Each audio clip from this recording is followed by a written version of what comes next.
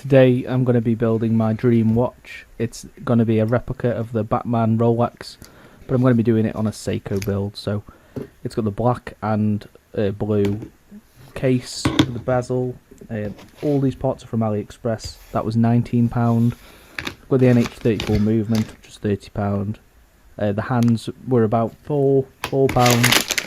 The strap, now I think that was £8, and that's got the Seiko logo, and the dial was £17. So I'm going to be building my dream watch for way under $100, £100. So yeah, enjoy. So with this NH34 movement, it's got the GMT function. So you're going to get this little ring that you've got to put on there before you put the dial on. So this is my dial. Apologies, I've not got the condom fingers yet, but on the next video you'll see I do actually buy a few more things. So with the dial, you're going to get 4 dial feet, I think they're called, and you have to clip off and remove 2. So the way I do it is I just line it up like so, and then I'll look where the hole is, and it's quite obvious which one you need to snip off. Make sure you're careful and you do snip off the right one. I just get some like fingernail clippers because it's really thin metal and you can get it really close. Very minimal movement, and you don't really need to sand it off, but I will just to be safe. And then on the other side, after double checking, I'm going to remove the other one. And like I said, you don't need to do this, but just to be perfectionist, you can just sand it down so it's flat and smooth, making sure no dust goes into the movement, and then just got to wipe it down after, because you'll get like a bit of like dust. So we can fit the dial now. There we go. Let's take a look. Now we'll go on to the hands. I'll empty them out the little bag onto this little plastic container so they don't go missing. And then before you put any hands on, you've got to do what I do, and you've got to set the date to basically bang on midnight. So as the date changes, it means you've hit midnight. So this is when you want to put your hands on. So this is my first time ever with a GMT function. So I'm just going to line it up here, and then my tools doesn't quite fit because it's quite a large ring, so I'm just going to be dead careful, go around, and that's gone on quite easily. I don't want it to go too far down so it starts hitting the dial, because you can see each of the hour circles, so you don't want it to knock. And then I've got some like plastic tweezers that are going to push it down. Then the hour hand, this tool fits. Just got to line it up. So I'm using it's called Rodico. It's just like blue tack, and it just helps me line it up perfectly. I've tried it with tweezers, but that's where you can scratch them, you can bend them, and the Rodico it's just so much easier. Trust me, you should get some. It doesn't leave any marks either, and I've not damaged any hands. And the minute hand, a bit of a pain. First time, like I say, with full hands on a watch, but I think I've done it. I think that's gone on, so I'm just going to do a check. Yeah, and you can see the GMT hand is just moving around. Yeah. And if you didn't know, that's for an extra time zone, which is quite cool. Yes, and nothing is knocking. And just doing one final check, making sure, yeah. So the seconds hand, this is where the Rodico comes in clutch. You line it up, and then a little push down. This will take a few attempts. Don't be fooled by my first attempt here. It's never normally that easy. And there we go. The movement is working very nicely. So when I get all my hands on, I just like to watch it for a second, make sure nothing rubs, and I just like to make sure nothing's going to hit. So you can see there, there's a nice gap between everything. So the case, got to use this rubber ball that I used, really good to get the case back off. Then to remove this little blue stem, there's a little, you can see what I'm pushing in there, and then because there's nothing on there, I just use my teeth just to pull it off, because I don't want to put it upside down and knock my hands, and it's the safest way to do it. And then I'm just going to unscrew the stem back on the case, and this should just go on nicely. This is probably the best way to do it, with a little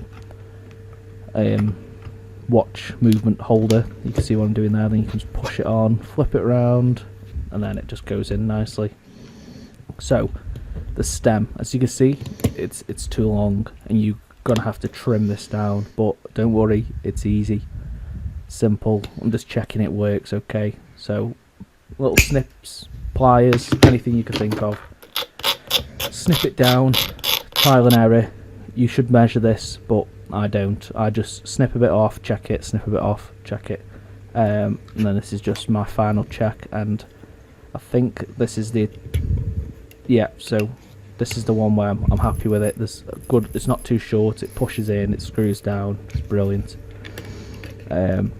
So there's some Loctite in the background there, so we're going to apply some on to here. So just do what I do, tiny bit, it's just so it doesn't unscrew when you're winding the watch the wrong way, because that can be annoying. And the Loctite isn't permanent, you can remove it if you probably just let it dry and then just unscrew it with some pliers or something, it will come undone. But yeah, you only need a small amount, it's just so it doesn't come loose. And then just wipe off any excess before you fit it, because you don't want any gunk going into the watch. Now with the stem, the Loctite is on, we can put the crown and stem back into the movement. Hopefully that's the last time I'm going to take this stem and crown out, but yeah, that's how you do it.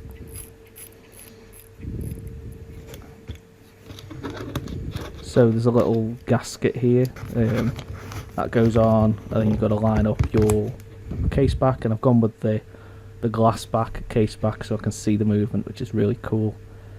So this is the bit where you've got to be kind of careful. So we're going to remove this adhesive tape. Try not to scratch the glass, obviously. And then the bezel, I think it's a bezel. You just got to line it up. You've got to try and do this because you can get it off center. So just be super careful. Be quite happy with it before you push it down. You could always take it back off and refit some tape, but I'm happy with that. I'm just trying to get it perfect, and then I'll give it a little push down, so that won't come off again now. And you can see with the bezel on, that watch is beginning to look super cool. And then that noise, the clicks, it just sounds really nice. And you can see it's all lined up perfect. I'm really happy with how that's gone on. One final look at it before we continue. So this is the strap that I got. It does have the Seiko branded on, which is very nice, and it's going to fit perfectly. So we'll just remove these, I don't know what they're called.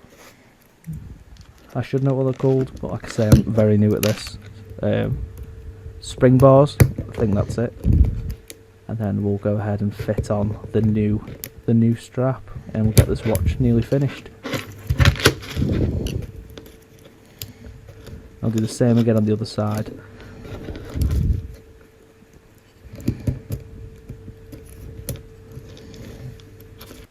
There we go.